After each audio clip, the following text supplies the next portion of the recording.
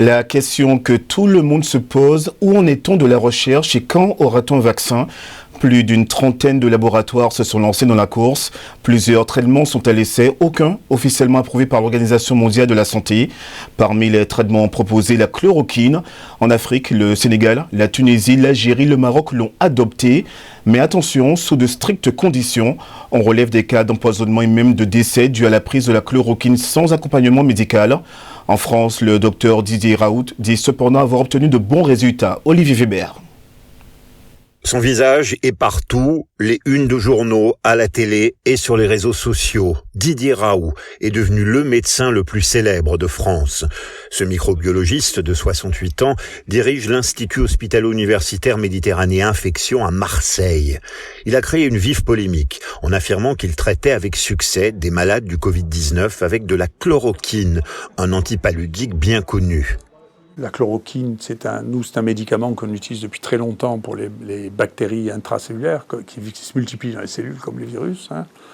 Donc on l'utilise depuis 30 ans, qu'on connaît parfaitement, on en connaît le dosage, on connaît tout.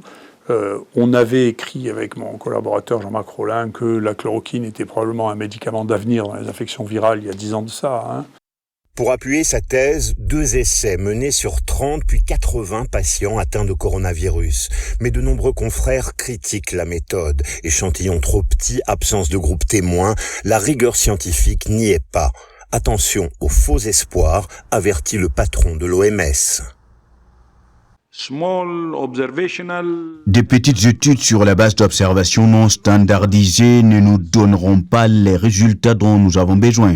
L'utilisation de médicaments non testés sans les bonnes preuves pourrait susciter de faux espoirs et même faire plus de mal que de bien.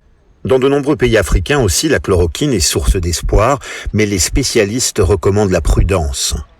Parce que j'ai des résultats préliminaires qui sont encourageants dans un contexte d'urgence sanitaire mondiale, dans un contexte même d'état d'urgence au Sénégal. Ces médicaments sont assez bien tolérés. Je vais les utiliser en milieu hospitalier en m'entourant de toutes les garanties. Ceci dit, ce médicament est à déconseiller en automédication. Ce serait très dangereux de le faire en automédication. Et en prévention, il n'est pas prouvé que cela marche contre le Covid-19. Donc les populations n'ont pas à aller acheter les médicaments pour les stocker chez eux. Des essais scientifiques à grande échelle sont actuellement en cours sur la chloroquine. Les résultats devraient être connus dans quelques semaines. On saura alors si le docteur Didier Raoult est un provocateur, comme le disent certains, ou un visionnaire. Et pour explorer justement la question du traitement, nous avons en ligne depuis Orléans, France, le docteur Manon Aminatou, toxicologue. Bonsoir docteur. La chloroquine fait débat, on vient de le voir. Quelle est votre position ? Je vous remercie. Donc, vous m'entendez bien ? Oui, allez-y.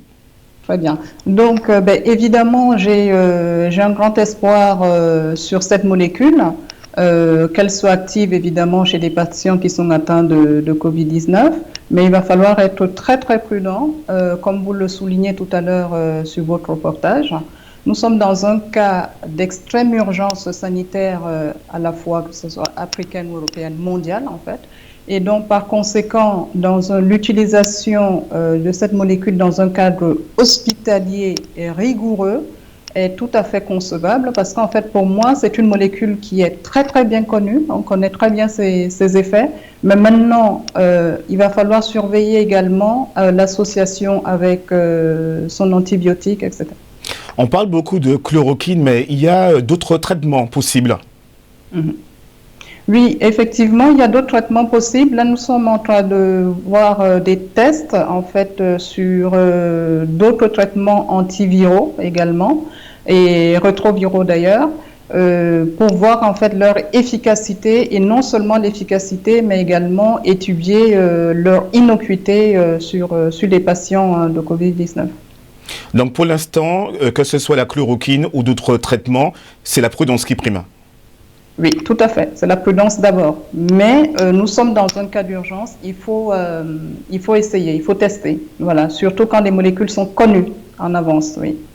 Autre sujet, docteur, la Croix-Rouge tire la sonnette d'alarme aujourd'hui par rapport à l'absence de système sanitaire robuste en Afrique. Partagez-vous cette inquiétude ? Ben, écoutez, malheureusement, oui, je la partage aussi.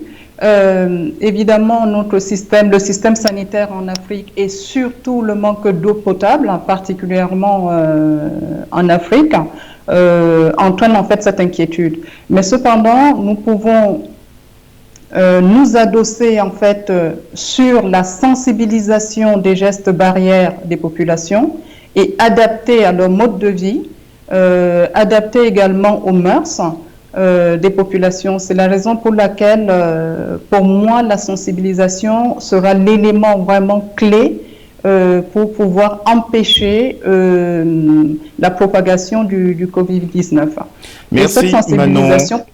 Merci docteur, merci Manon Aminatou pour votre analyse. Et c'est le moment de retrouver